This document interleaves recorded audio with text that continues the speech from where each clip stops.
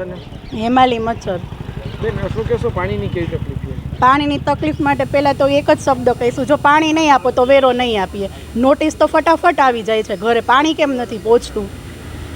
બેન સવારથી મહિલાઓને કેવી તકલીફ પડતી હોય છે પાણીની? બધાને ખબર જ છે કે રોજિંદા કાર્યમાં પાણીની જે જરૂરિયાત છે એ બધાને ખબર જ છે. કોઈ એક ઘરમાં નથી, બધા ઘરમાં પાણીની જરૂરિયાત પહેલાં છે. ઉઠો એટલે બી ગરમ પાણી જોતું હોય છે, ચા પીવા, વાસણ કરવા, કપડાં ધોવા, ઘરનું કામ કરવા. પાણી વગર એક કામ થતું જ નથી, બધું અટકી જાય છે. છોકરાઓને સ્કૂલે કેમ મોકલો, ઓફિસે કેમ જવાનું? બેન કેટલું પાણી વેચાતું લેવું પડે? પાણી તો ઘણું બધું વેચાતું લેવું પડે છે. રોજના 1, 2, કોકવાર 3 ટેન્કર મંગાવવા પડે છે. જો નાનું છોકરું ઘરમાં હોય, એક દિવસનું છોકરું ઘરમાં આવ્યું હોય કે ભાઈ ડિલિવરી કરીને તમે ઘરે આવ્યા એટલે એનું પાણી તો તમારે ગણાવી જ લેવાનું. માથાદીઠ તમારે 500 રૂપિયા દેવા પડતા હોય એક મહિનાના. એક પર પર્સન 500 રૂપિયા. તો ઘરમાં 5 જણા 4 જણા હોય તો એ લોકો શું કરે? ઘર માટે પૈસા કમાય કે પછી પાણી માટે પૈસા કમાય? તમારું નામ? ખુશ્બુ વામજા.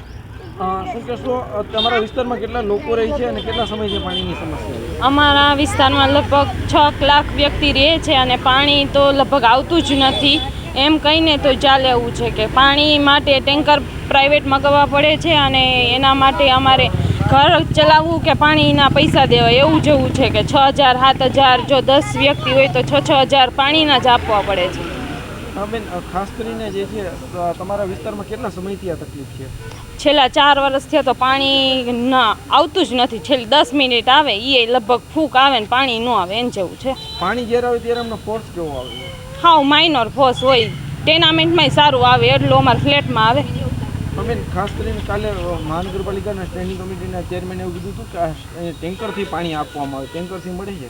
નહીં, અમે પ્રાઇવેટ મગાવી છીએ. કોઈ ગવર્મેન્ટનું ટેન્કર નથી આવતું. પ્રાઇવેટ પૈસા ભરીને ટેન્કર લઈએ છીએ.